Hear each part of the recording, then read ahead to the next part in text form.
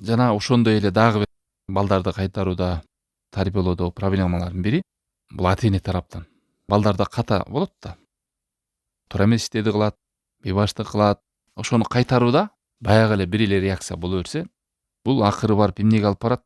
Баягы эле сөз, баягы эле ата энемдин реакциясы деп кийин кайтаруу сөздөр өтпөй калат. Көп ата энелер ушинтип жасашат. Билбейм, эмне кыларым, айтарым айттым. Ушуп эле келатам, ошонун кулагына жетпеди, мээсине кирбеди, жүрөгү менен сезбеди, сөзүмдү укпады деген жалаптар көп. Проблема да кантип сөзүбүз өтөт. Бул ата эненин катасы бардык проблемаларга бирдей эле реакция кыла берүү.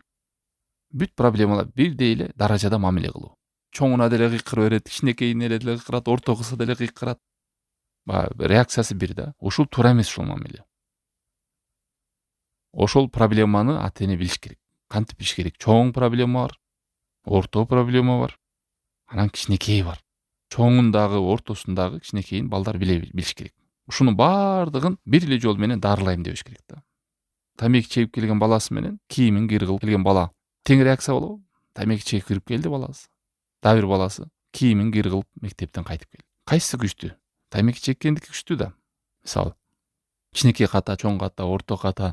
Ошон үчүн шариятта да чоң күнөөлөр бар, кичинекей күнөөлөр бар. Мисалы, кичинекей күнөөлөр истигфар менен эле кечирилет. Тоо кылбай эле астагфирулла ката кылып алдыңыз, Аллахтан кечирим сурай бересиз. Ал эми чоң күнөөлөргө ачык тоо керек, өкүнүү керек, бел байлаш керек, беке мага кайтпаш керек.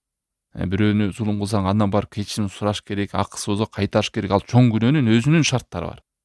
Кичинекей күнөө адамдын өзү менен кеткен, ал намазы менен, даараты менен, истигфар менен кечирилет. Ушуну шарият бөлүп койгон. Мына эгерде ата энеде үйдүндө балдары менен мамиле кылууда, каталарга реакция кылууда бардыгына бирдей мамиле кылса, натыйжасы эмне болот? Натыйжасы балдар коркпой калат, жазадан да сезбейт, жазаны сезбейт натыйжасы. Себеби ата энеси кичинекейге деле ура берет, чоңуна деле ура берет. Балдар билбей калат, кайсы чоң күнөө, кайсы кичине, кайсы коркмуштуу деп алымдар баягы айтат го, эреже. Баягы бир нерсени кечке бир жерден кирип ура берсе, сезими өлүп калат да. Болду, ошого калыптанып калат, ошого ылайыкталып калат. Анын чечүү жолу эмне десе, реакцияны, мамилени каталарга баягы эле кыйкырык, баягы эле урушуу, баягы эле сөз. Бардыгына бирдей ачуу. Ошон үчүн ата эне балдарга сездире билиш керек. Балам, мына чоң күнөөлөр. Менде биздин үйдө эң чоң каталар мондайлар болот. Булар ортого кирет, булар кичинекейге кирет. Анан кичинекей көз жума турган жери бар, акырын кийин акырын барып көзөмөлдөп акырын иншалла кийинки эрежелерде бар бизде. Түз кайтаруу, жалпы сөз менен кайтаруу, кызыктыруу жол менен сыран айтып пайгамбар алейхиссалату вассалам сахабалардын өмүр баянын айтып ушу кемчиликтерди түз айтпастан жеке айтуу, жеке иштебейт. Мына ошондой методдор колдонуш керек акыры бар.